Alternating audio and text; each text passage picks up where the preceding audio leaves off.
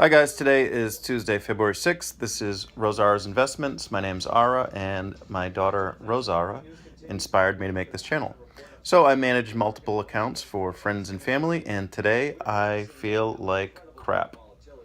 So from Monday of last week to today, about 9 days later, I am down about $50,000, give or take. I don't even want to add it up.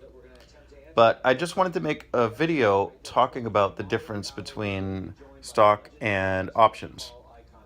So I'm not going to make this a video about complaining because I have made a lot of money by buying options in the past.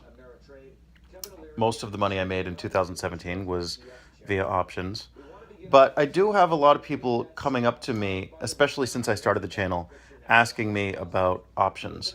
And I hope the look on my face, my messed up hair, and my laziness to even sit up to make this video is some indication of how bad options can be, because I feel like the world is ending today. On Friday, the market dropped big time, like 3%, 2.5%. On Monday, the market dropped like its biggest point drop ever, probably about 4%. Not the biggest in percentage terms, but it sure felt like it. And on Tuesday, well, my main stock, Baidu, dropped a little bit more. I bought 100 shares at like 3:59 p.m. on Monday afternoon.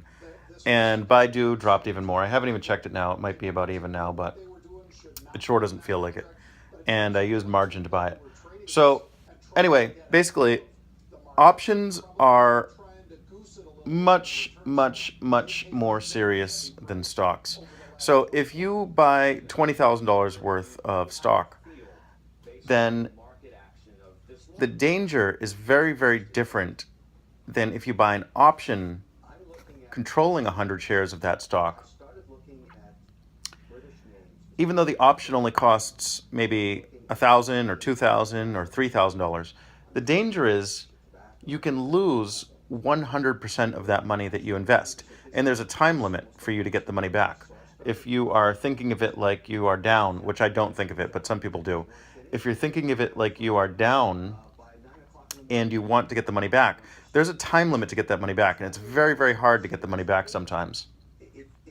When you buy stock, on the other hand, if the security you own goes down, like, Facebook was 180 and it goes down to 170, literally the only thing you have to do is nothing. You don't have to do anything.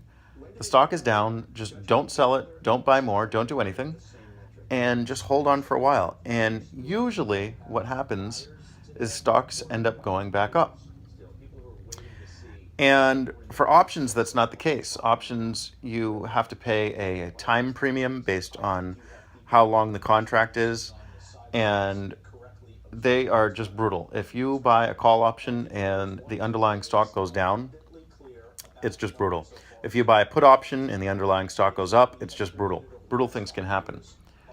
So I definitely learned my lesson the hard way. I should have got myself some insurance when the S&P was at its highest about 10 days ago. I should have bought some put options. I was thinking about doing it and I didn't. And now I feel like this.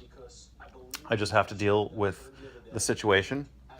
So I owned options at my biggest position, Cirrus Logic, which over the last few weeks I sold about half my position. But the other half of my position, I don't even know how much I invested, to be honest. I probably had about $7,000 or $8,000 worth of options left. And they essentially went to zero. I mean, they're worth about $600 now.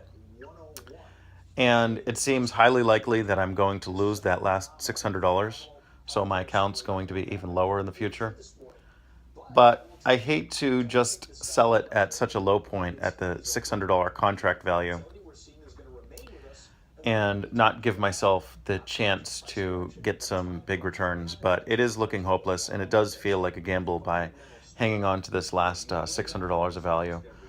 Cirrus Logic, I mentioned in this video previously, was an supplier to Apple. They made the audio chips, and even though Apple made enough in revenues and sales, the total number of iPhones they sold was a little bit less than last year, which was basically horrible for iPhone suppliers, especially Cirrus. So that was bad news for me. Also, some of the Chinese stocks I invested in, it seems I invested at a high point. I still have high hopes for them because my options are for many, many months. But I am less optimistic now. So Baidu, for example, some of my options, Baidu needs to go over 240, and Baidu is in the $220 range. So if it were to stay in the $220 range, I would lose everything. So I'm not so happy about that. So this is a very, very bad week for me, and it's just a lesson that when you buy stock and things don't go well that week, and your securities are worth less, your stock is worth less, the best thing to do usually is to do nothing, and eventually the value of the stocks rise again. So in my daughter's portfolio, like I've said previously, she owns 14 stocks, and her account is down very, very little this week, just about 4 or 5%. And I have 100% confidence that her portfolio will go up, up, up over the years. And my account, on the other hand, looks like it's down about 25%. But because of some options that might expire worthless, it might go down far more than 25% over the next few weeks.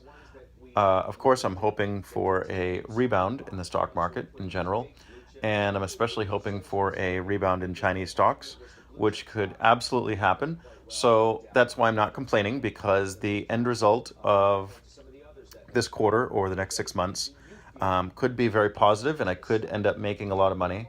But the way that I feel right now is just horrible.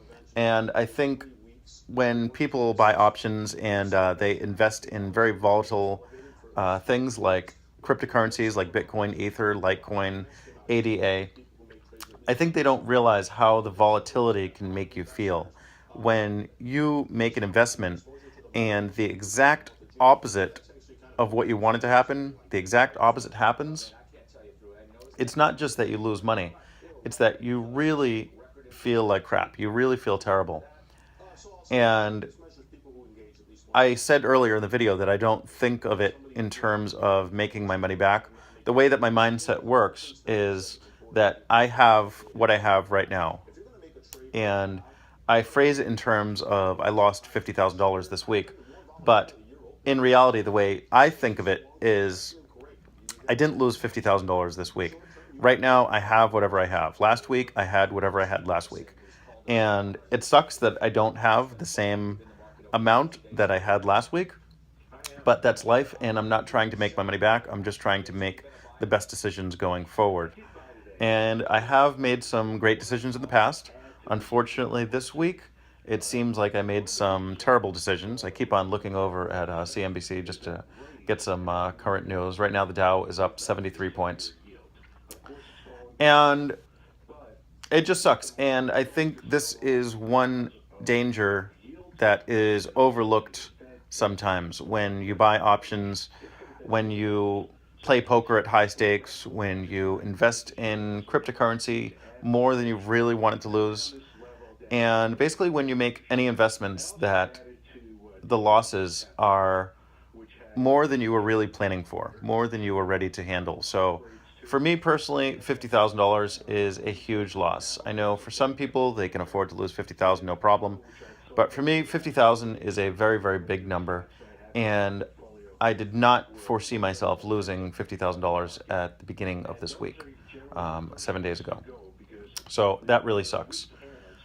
So I am making this video hoping that some people that want to learn options just basically decide not to and just decide to invest in stocks with your own money. Don't use margin. Another mistake I made that I don't want to say it's a mistake because the result hasn't happened yet. I did use margin previously in the week to buy things, and I did make a couple $1,000s by doing that. I bought PayPal, I bought Align Technologies. But in general, margin is very, very risky, and I did buy Baidu on margin. It went the other way, and I am worried. I'm not super worried, but I am worried that I will get a margin call. So Anyway, I am trying to look as depressing as possible so people understand the risks of options. So, thanks for watching and thanks for subscribing. Please share this video with anyone that you think will be interested. Hopefully, my next video is more upbeat.